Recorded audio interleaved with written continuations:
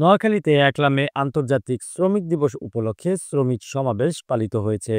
বৃহস্পতিবার ১ মে সকালে নোয়াখালী জেলা শ্রমিক কল্যাণ ফেডারেশনের আয়োজনে সদর উপজেলার নোয়াখালী সুপার মার্কেট সংলগ্ন শ্রমিক সমাবেশ অনুষ্ঠিত হয়।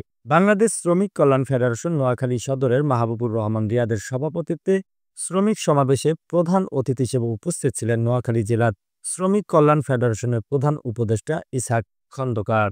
বাংলাদেশ শ্রমিক কল্যাণ ফেডারেশনের নোয়াখালী জেলার সভাপতি অ্যাডভোকেট জহুরুল আলম, বাংলাদেশ শ্রমিক কল্যাণ ফেডারেশন নোয়াখালী শহরের প্রধান উপদেষ্টা মাওলানা মোহাম্মদ ইউসুফ সহ আরও অনেকে সমাবেশে এসে শ্রমিকদের যে সকল দাবি রয়েছে তা সরকারের প্রধান উপদেষ্টা ডক্টর মোহাম্মদ ইউনূসের নিকট প্রস্তাব করেন।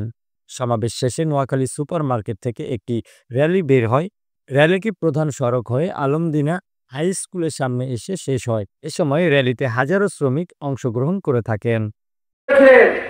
তিনি বলেছিলেন শ্রমিকদেরকে অপমান করা যাবে না, তিনি বলেছিলেন শ্রমিকদেরকে মর্যাদা দিতে হবে, তিনি বলেছেন শ্রমিকের কাম শুরু করতে পারে তার পাওনা পরিশোধ করতে হবে।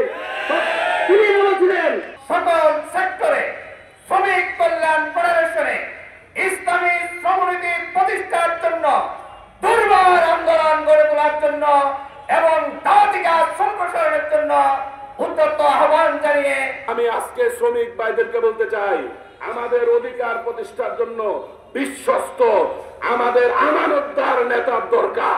স্বৈর শাসক চাঁদাবাজির বিদায় হয়েছে, কিন্তু নব্য চাঁদাবাজির উত্থান হয়েছে।